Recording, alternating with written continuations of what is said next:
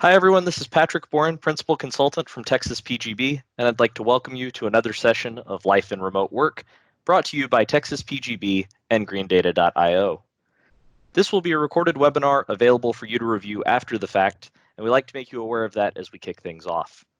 All right, well, today we're going to talk about the inherently increased cybersecurity risk to the enterprise and its data in times like these, where remote work and remote access has become the de facto standard. Many security controls which were normally enforced through internal networks now must be adapted to work via external, unmanaged networks and endpoints. We've got to take into account that employees are now connecting over the public internet, and in some less than ideal cases, even from their home computers or personal devices. The difference in the security controls that we're accustomed to and those that we're left to deal with today is quite vast. We look forward to an engaging dialogue with somewhat of a workshop mentality, so don't be shy. We all have interesting experiences to share. We will, throughout the series, talk about good practices, useful technologies, and our own experiences in this new world of 100% remote work. Within the Life in Remote Work series, you might wonder why we'd prioritize cybersecurity as an early session, and that answer lies in the question. Remote access is used now more than ever before, and that alone increases the attack surface of your business and your people.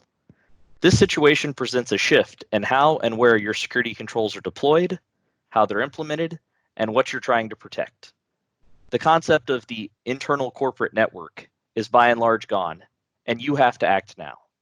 Additionally, in the rush to adopt remote ways of working, we've observed many companies that have made rushed tactical decisions without an appreciation for their long-term strategic impact to your organization's technology landscape.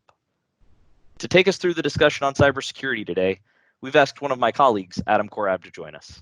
Adam, tell us a bit about yourself and what we can expect from today's session. Okay, thanks, Patrick. Hi, everybody. Thanks for taking time to attend with us today. My name is Adam Korab, and I'm the Director of Infrastructure and Cybersecurity here at Texas PGB. My background is 20 years in the industry with specialization in network engineering and operations, as well as firewalls, network-based security, application delivery and security, identity and access management, bringing it all together into overall security posture and planning, and taking into account the entire ecosystem of infrastructure that binds all of these things together, both in the traditional sense and in the modern cloud native or cloud agile approach.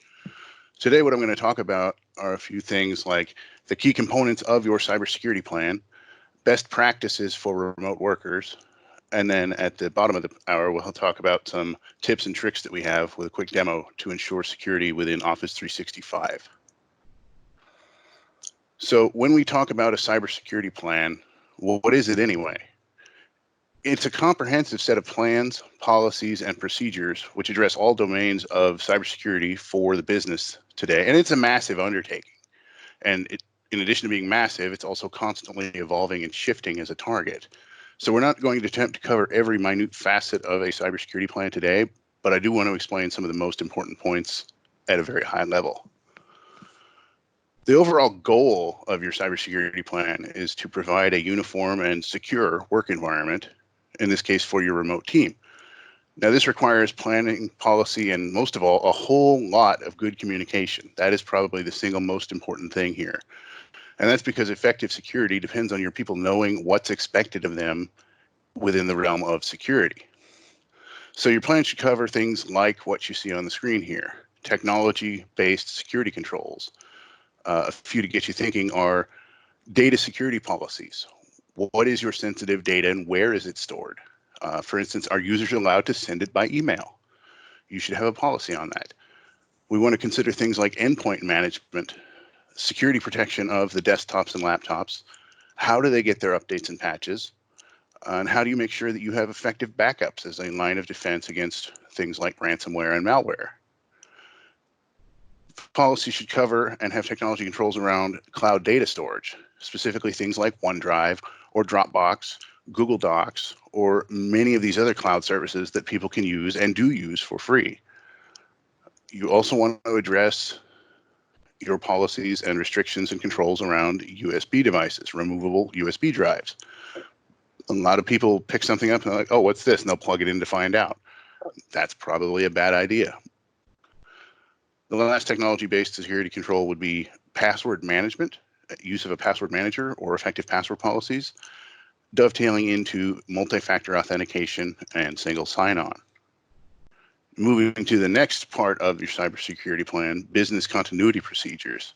And what I mean by things like this are less technology focused and more like, what do you do when key personnel, such as IT, security, or management, get sick or their loved ones get sick and all of a sudden they're not available for work anymore? Do you have a plan for the business on that? You need to document and communicate protocol and training for end users and cybersecurity problems, because it's not a question of if they'll have them, it's a question of when. What I mean is, do your users know who to contact and how to reach them, especially now if everyone's at home? Do they know how to reach out if they see something that just doesn't look right, such as a suspicious email or something like that? Do they know that they can contact security team members even if they think they might have inadvertently done something because they might have compromised or exfiltrated data? The reason this is really important, especially when people are operating outside of the normal security zone, the threats may not be getting as closely monitored as before. People need to absolutely know for a fact that merely speaking up about a possible security concern isn't going to result in discipline, because if they don't know that for sure, they won't speak up, and you can't defend against what you don't know.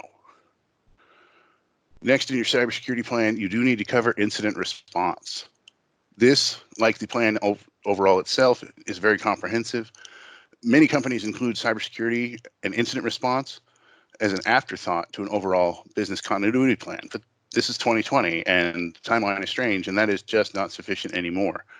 Your incident response plan needs to specifically enumerate the top 7, maybe 10 security risks that your organization faces and provide for specific responses and procedures addressing each of those events. You also want to determine and document what incidents trigger the incident response plan for a security problem versus the business continuity plan, a disruption of business operations. An email phishing campaign against your people isn't going to shut down access to critical data or prevent customer service from taking place and people doing their jobs. Instead, that might invoke pieces of the incident response plan to mitigate that strictly in the security realm. A successful ransomware infection, on the other hand, well, that's going to lock up all your files and certainly offers a much greater potential of impacting normal business operations instead of just being a cybersecurity annoyance. So that becomes a business continuity problem. A particular salient point to today's overall topic: how does your plan change and adapt if the affected computer that's paralyzing your company lives at someone's house? You can't. It might take you longer to find it, and you can't send the IT over to unplug it from the wall. So these are the new things that we all have to consider, plan, and prepare for. And that's what a cybersecurity plan will give you. The final component of that is organizational maturity. And what I mean by that is, as you put together and construct this cybersecurity plan, it's important to factor in your organization's maturity around technology and the perception and or the participation of your executive leadership. A lot of times you'll hear in security is that you have to have executive sponsorship. That's true. It has to be from the top down. So culturally, are you typically reactive to IT and security events? Or is your team moved beyond that and become more proactive so that you can anticipate or connect the dots before the entire picture comes into view? Back in 2017, there was a British defense and security company called BAE Systems, or BAE, who surveyed a globally diverse group of 1,200 C-suite executives and IT decision makers. And the survey focused on the key attitudes towards cybersecurity risk, the understanding of cybersecurity adversaries, and how that organizations' resources affect their cybersecurity policies and defense. The opinions of the C-suite management and the IT decision-making people were pretty far apart on the 3 topics. There was only one thing that they could both agree on, and it was a real gem. Both groups believe the other group is responsible in the event of a breach. So you may have ambitions to increase your maturity level, but it's very critical that your cybersecurity plan is built around where you are and not where you want to be. So best practices for remote workers. This is stuff that everybody should know. We'll start with number 1. And that is, people should absolutely not mix their work email and their personal email. You as a business, as an organization, should have a very clear expectations that people will not just email this work document to myself. And if you think that, oh, we don't do that here, people email stuff to myself between work and home a lot. A survey conducted in 2017 revealed that 46% of staff members admit to moving files between work and personal computers, either using email or USB drives while working from home. A further 13% admit to actually sending work-related business emails from their personal addresses because they couldn't connect to their office network or their work email. So people will always do what they have to do to get their job done, whether or not it's germane to an effective cybersecurity policy or a good practice. The problem with mixing work and personal emails is that as soon as that user sends out your company's information, that file, that data, whatever it is, through that personal email service, it's just left your realm of control. So to go further, we know that some people don't have a company laptop and they're working from home on their own computers. That's a dangerous practice for a lot of reasons, but it's difficult at best and impossible at worst to exert company control and policy enforcement on a system that you don't own.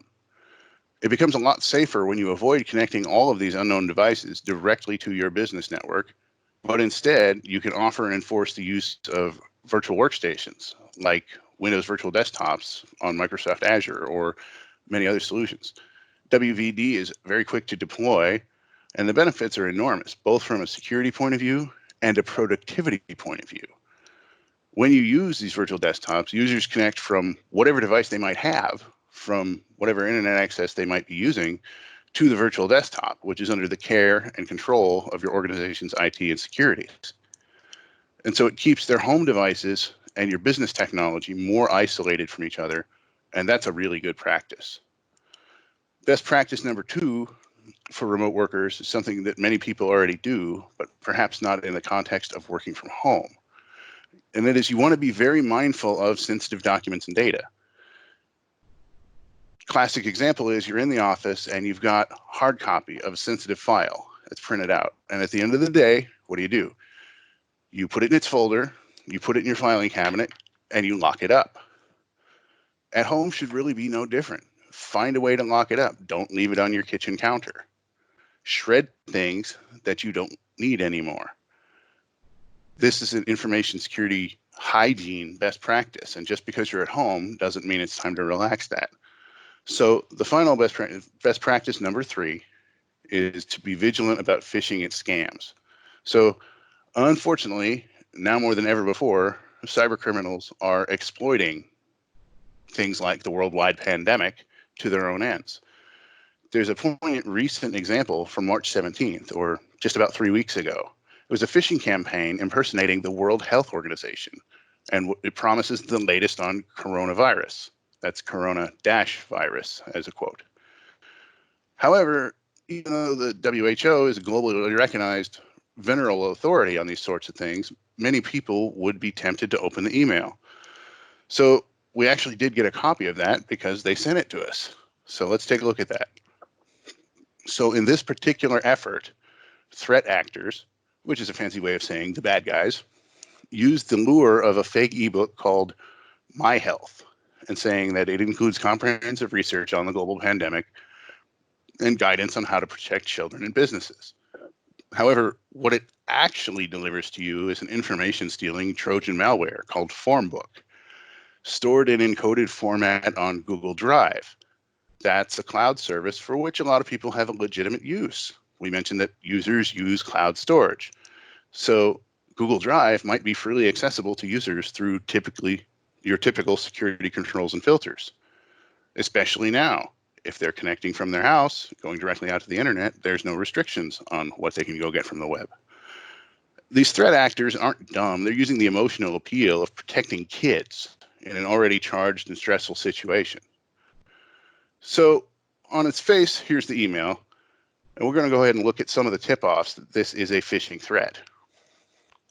So for an email which is supposedly from the World Health Organization, an NGO authority. The writing is awkward, it's inconsistent, and has noticeable errors, and just overall it doesn't read with the fluidity it should have. You've got odd hyphenation, like corona-virus and my-health.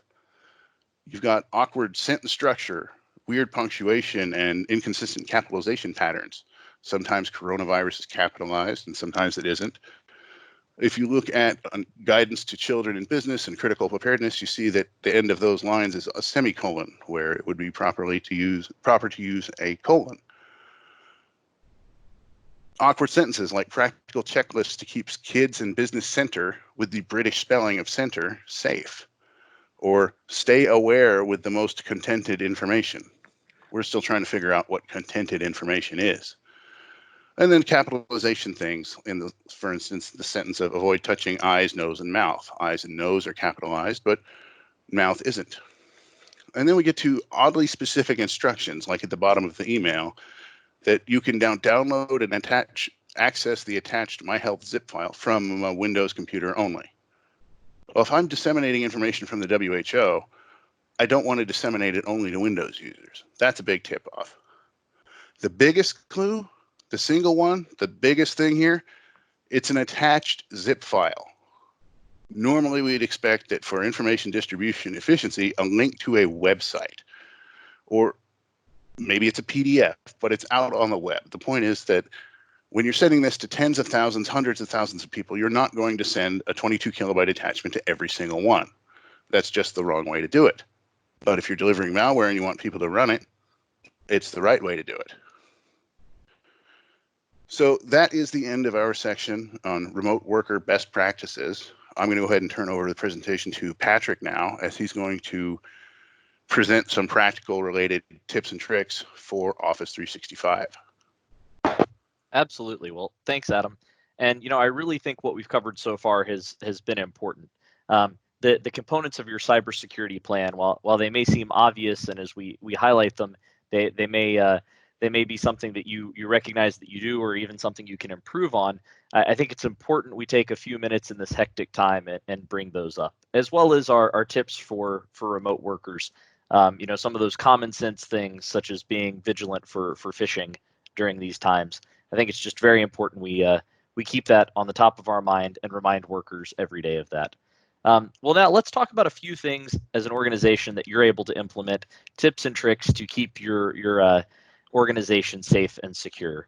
So the three things we'll talk about are going to be enabling multi-factor authentication for Office 365, enabling self-service password reset for Office 365, and adding a flag to all of our external emails that gives our users just one more safety net to raise that flag that there might be an enhanced awareness for phishing in those emails that are coming from outside of our organization.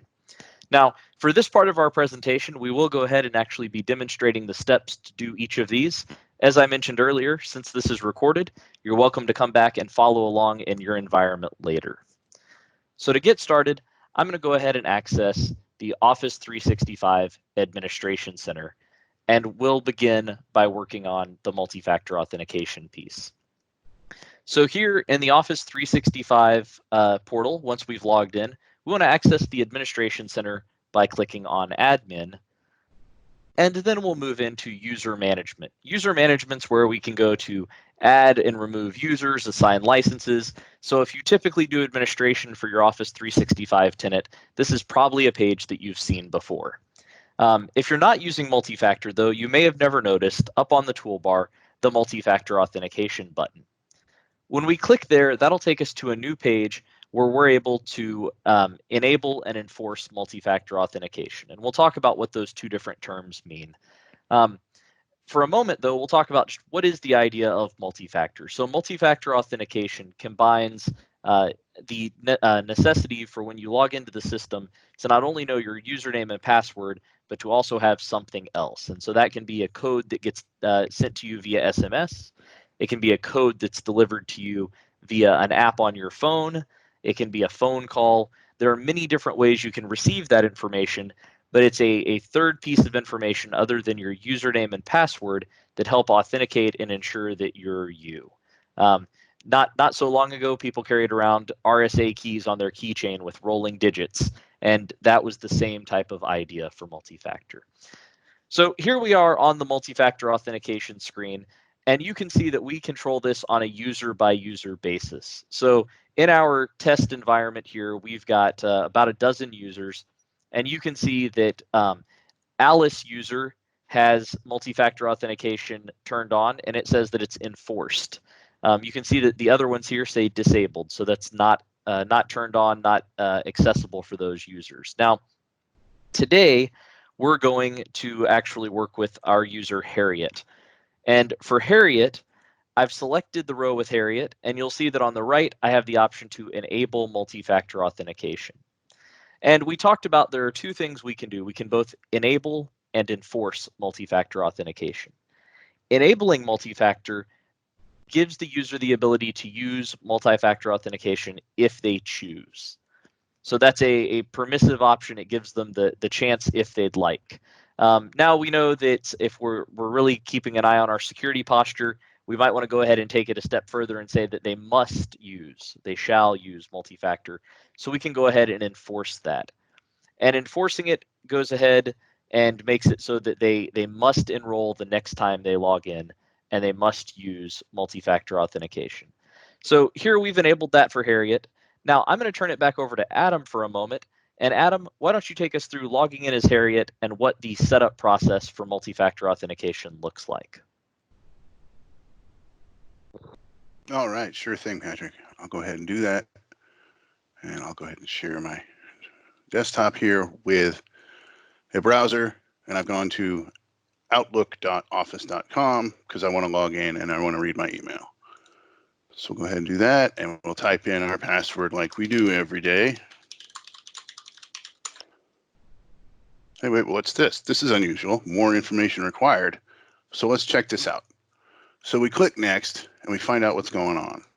And we see that we're going to add additional security steps. For today's demo, I'm going to use the mobile app method. This method is available for smartphones, or it's an app that's available for smartphones, iPhone and Android. It makes it really easy for users. I'm going to go ahead and choose notifications because everybody knows how a phone notification works.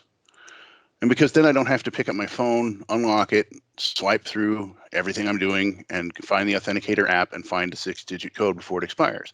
It's a pop-up tap, and you get to choose approve or deny. It's pretty awesome and easy.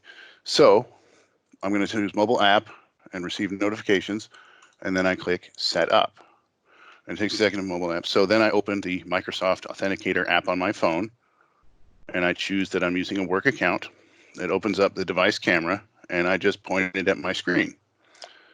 So then at the bottom, it actually shows me that I have an account for Harriet with a one-time password code. Now, I can see that it displays the 6-digit code, so I'm going to go ahead and hit next. So it's activating the setup of the mobile app. This takes just a few seconds. It's not particularly intrusive to users.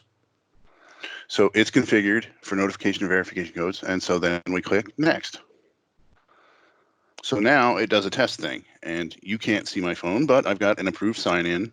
It's got my company name and my username and a button for approve or deny. So I'm going to go ahead and press approve. And once I do that on my phone, there's nothing I have to do on my browser. It all happens on the back end. So now the second part of enrollment is in case I lose access to the mobile app, it wants to go ahead and set up phone verification for your password. So we'll go ahead and type in my backup phone here.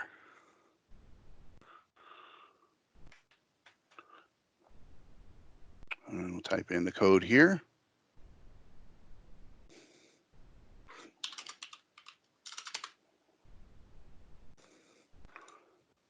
And we'll click next. So now you can't use a phone to secure your app. Modern apps you can.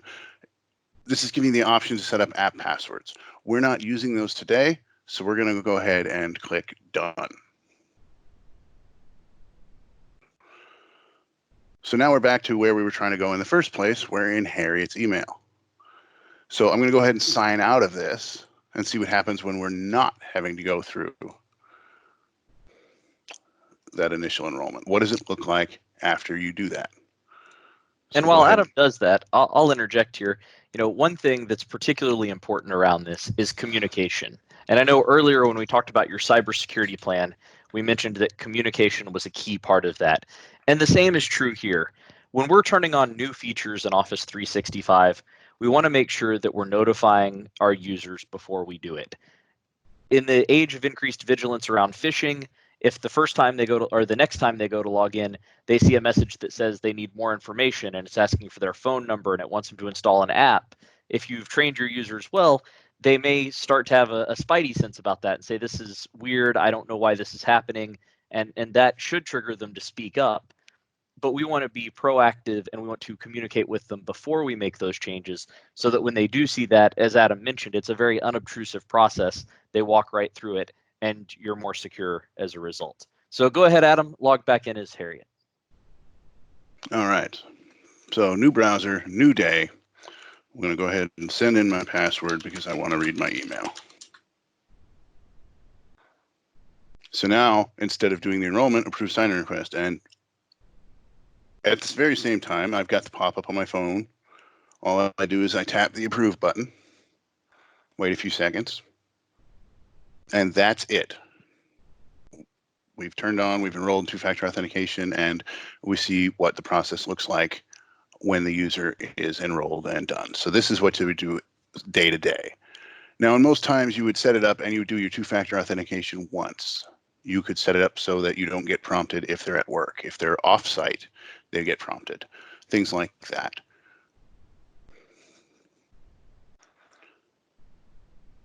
All right. Well, I think that wraps up our piece on multi-factor authentication. So now we'll talk a little about self-service password reset.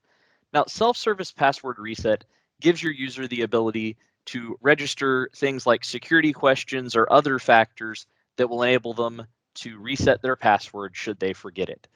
And in the in today's day and age where we've got folks working from home, we have people that help desks that may be understaffed, people spread thin all around.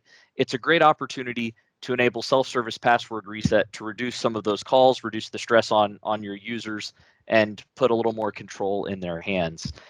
So as far as enabling self-service password reset, as we go ahead and look back here at the admin center, we'll find that we need to enable self-service password reset through the Azure Active Directory portion of the admin center. So if we head over again into the admin center, we'll open Azure Active Directory from our left-hand navigation, and that will take us into the Azure Active Directory panel. If you've not used Azure Active Directory or configured any of the settings in here, you'll see exactly what we look at today. Now, your organization may have started adding custom branding and other things, and so you may have a few settings that aren't quite the default, but we'll talk through the default options and the main things for password reset. So password reset from the navigation menu here brings us to a page, and the first one we start on is self-service password reset enabled for the organization? And we have two different ways we can roll out self-service password reset. The first and easiest is that we turn it on for everyone. We flip this over to the all box, we hit save, and everyone can enroll in self-service password reset. And that might work depending on the size of your organization. You might send out a communication, say, hey, this is coming. You're going to get prompted for some questions. We'll see those in a couple of minutes. And you could flip this on for everyone. But in a larger organization, you might want to roll this out in waves. Maybe you start with the West region, then the Central region, then the East region, something like that. So the middle option, selected, gives you the ability to select different groups, different Office 365 groups or security groups within Office 365 to enable it for. Now, one thing that I wish were a little richer here is that I wish we could select more than one group. Unfortunately, you can only select one group at a time. So you'll need to add individual users to that group when setting this up. So I'm going to go ahead and turn this on for all users, but just know that selected is an option. But again, remember it has a one group limit. So I've turned self-service password reset on for my entire organization, and I want to look at the authentication methods that can be used to reset a password. Now, by default here, it says that there's only one method required to reset your password. I'm personally more comfortable with two, just a little more security, and we can select the methods available to our users. So security questions, we've all seen the Facebook, put the month of your birth and your first car, and that's your villain name. So security questions are certainly not the best way, but you could turn those on if you'd like. And you can even set how many they need to answer and which ones they can use in particular. So we'll take a look at those. You can write your custom questions, or you can use predefined. So I'm going to pick just a few here as an option, and we'll add those in. I will go with there are 5 required to register. They do have to answer 3 to reset. And I'll also turn on the other options here, whether it's mobile apps, mobile app codes, email. This is an alternate email, their non-work email, and say that, then we'll save that. As far as registration is concerned, I do want users to be forced to register when signing in. So the next time that they sign in, I want them to have to register. So I'm going to leave this as yes. If you set it to no, they have the option to register, but they're not forced. So again, I would leave this as yes. And finally, we'll talk a little about notifications. We have 2 options when it comes to notifications. The first is, do we send an email to a user, both their business and personal emails that they've registered, anytime their password is reset? By default, that's turned on, and we certainly recommend it. That way, if they get the email that says you just reset your password using the self-service password reset tool, and they didn't expect that, they know to pick up the phone and make a call to someone and say, hey, something's going on with my account.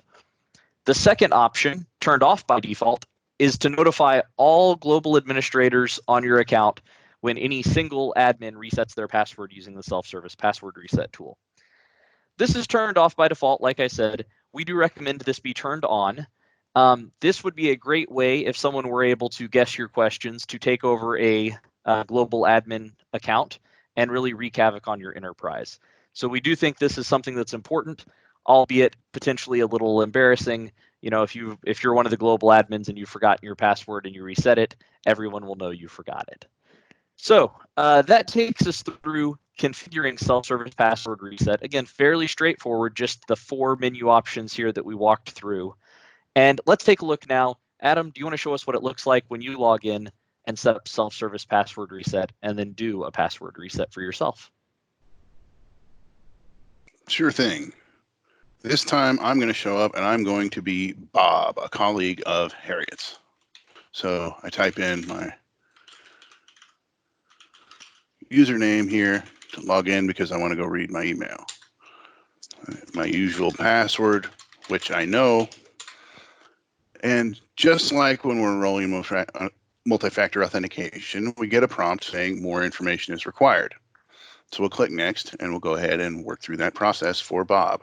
So don't lose access to your account. So in this case, you need to set up at least 2 of these options. So I'm going to go ahead and use my authentication phone. Again, I'm in the United States. And I'm going to enter my cell phone number. It's just a text message with a code. There it is. So I verify that I received the code at the number I put in. That's done. That's easy. Authentication email, as Patrick said, this is where they could use an email sent to their non-work personal email account. Now, I will say that this does not run afoul of what I was talking about before with mixing work and personal email, because it's not actually exchanging any sensitive company data. It's just a conduit to contact the user at a predefined contact method so they could do a reset their password. But I'm going to go ahead and choose security questions.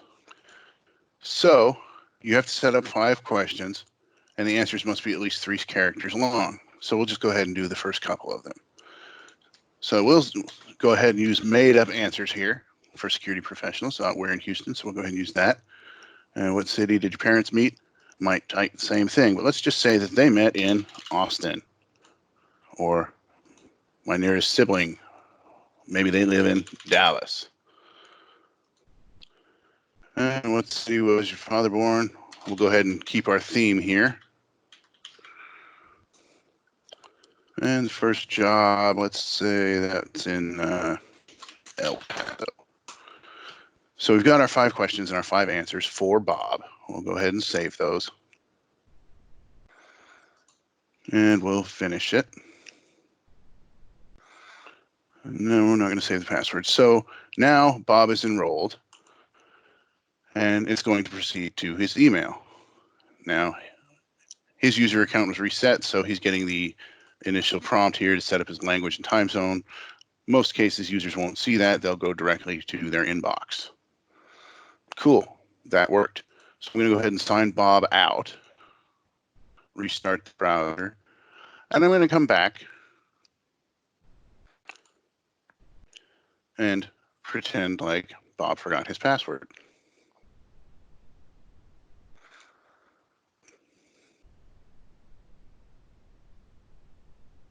So we hop in our DeLorean and fast forward it. It's tomorrow. Bob wants to read his email. No, better yet, it's next Monday.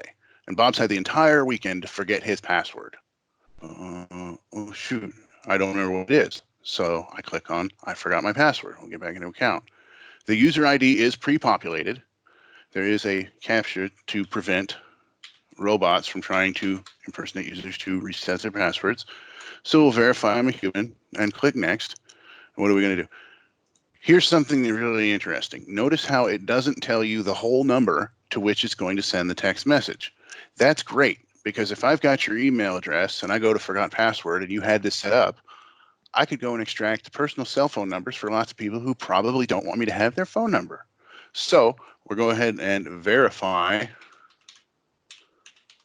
the phone number on the account, type it in, go ahead and text it. It'll send me a verification code. 993558. So we'll go ahead and authenticate that. So in what city was your first job?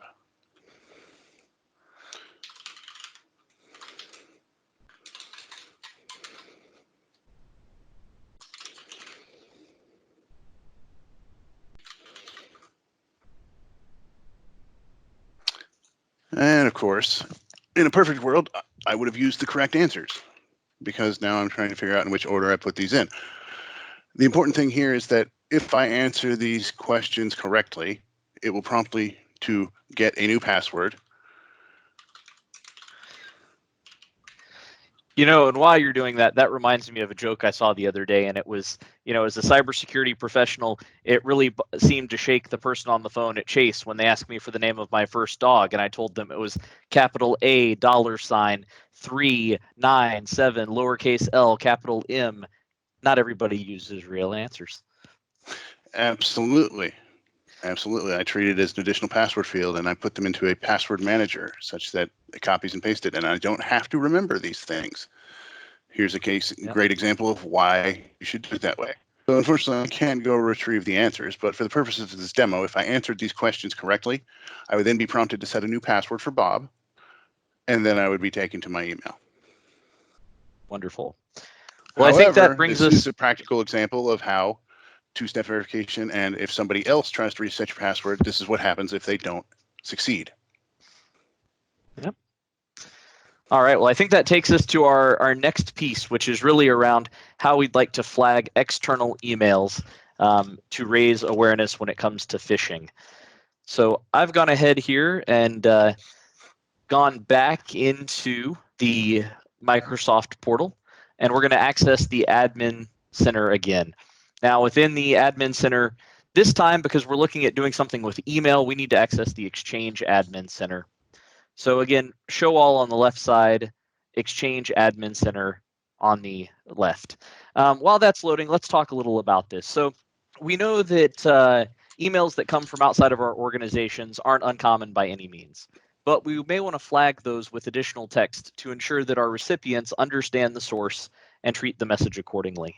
In one less than great example we've heard of, a company was impacted by an external email that was sent from someone using the same name, but of course the wrong email address, as an executive within the company. They didn't immediately catch that the email address wasn't from their leadership. It was actually from outside, and data was ultimately compromised. So if they had turned on a simple rule around flagging external messages as they came in, they might have avoided this. So let's take a look at how we'd put that in place. Here in the Exchange Admin Center, in the mail flow section, we have rules. Rules are fortunately able to be created similar to a rule in Exchange, or in Outlook rather, where we'd create message rules. The rules here are very similar. It's a wizard-driven process, no code required. So we'll go ahead and open up the new rule pane and walk through creating this rule.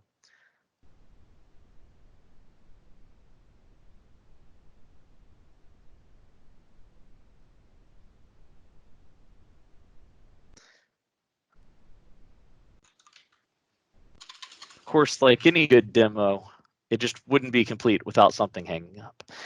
All right, so we're going to walk back into our Mailflow rules and add a new rule. And for that rule, we're going to set a name for it. So I'm going to say this is flag external email. And I want to apply the rule anytime that the sender is located outside of my organization.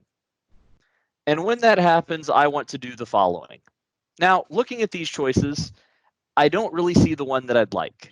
I see options here to forward or redirect the message, to delete the message or BCC the message, or even append a disclaimer. And appending a disclaimer starts to seem like what I want, except I really would rather not have my disclaimer or my notice that this is an external message at the bottom of the email. I don't want to append it. I'd really rather pre-pend it, put it at the top of the message where it catches everyone's attention. So what we need to do is we need to actually click more options at the bottom of the page, and that will add additional choices for what we can do. So now we can prepend or put at the top a disclaimer. We can put the text that we want. Now you could simply write in this box, this is an external email, use caution. And if you did that, it would work just fine. That would be added to the top, but it'd be in all black text, nothing real special. With a little bit of HTML, you can create a really elegant looking banner at the top though. And I will share this as part of the recording afterwards, this HTML snippet. And this simply puts in a line, it's got a red background, and it says, this message was sent from outside the company. Please do not click links or open attachments unless you recognize the source of this email and know the content is safe. So we're going to go ahead and use that. We do have to select a fallback action. For this, it'll just be to wrap it. And all of the other default settings are fine. When we save that, we'll see the rule appear, and it will be on by default. So I'm going to go ahead and send an email here from my personal account, which is outside of our test environment, over to Harriet. So Harriet at widgetbin.onmicrosoft.com. And very important message, please send me all of the profit and loss statements for the year. I'm trying to get some information on this company. I'm hoping Harriet's not paying much attention and thinks that I'm the other Patrick that works for the company. So Adam, as Harriet, why don't you show us how that comes through and how we see this flag applied to the external email?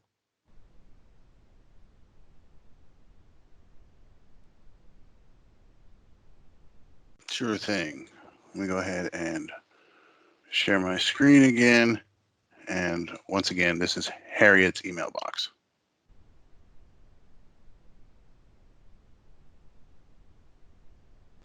So go ahead and look at our inbox here.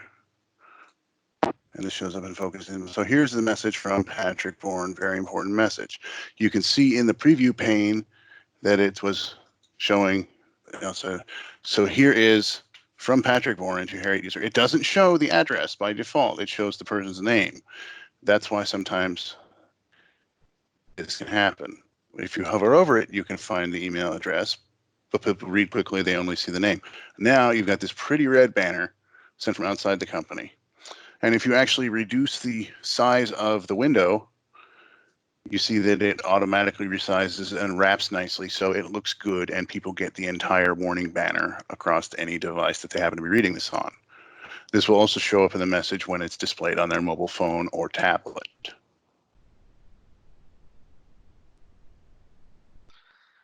Wonderful. Well, that takes us through the 3 tips and tricks today that we wanted to discuss: enabling multi-factor authentication, enabling self-service password reset, and quickly and easily flagging external emails to raise people's awareness for potential phishing attempts.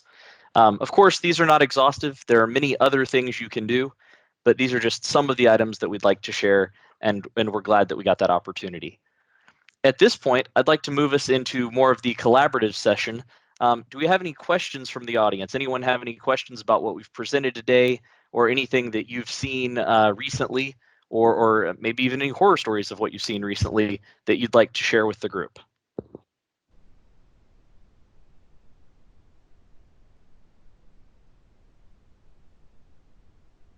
It's a quiet group today. That's all right. Well, I do want to thank everyone for their time. As we move through the Life in Remote Work series, we'll find that there are some of these that are more technical, some of these that are more business related. And we really hope that as we bring together a diverse audience, we can demonstrate and show to everyone some of those different possibilities and capabilities of the tools, technologies, and also just business best practices. Again, thank you from everyone at Texas PGB and greendata.io, our partner in putting this series together. We really appreciate your attendance today. This will be released for your, the recording will be released in the future for you to be able to rewatch this. And we wish everyone a great day, and we'll all be in touch soon. Thank you. Goodbye.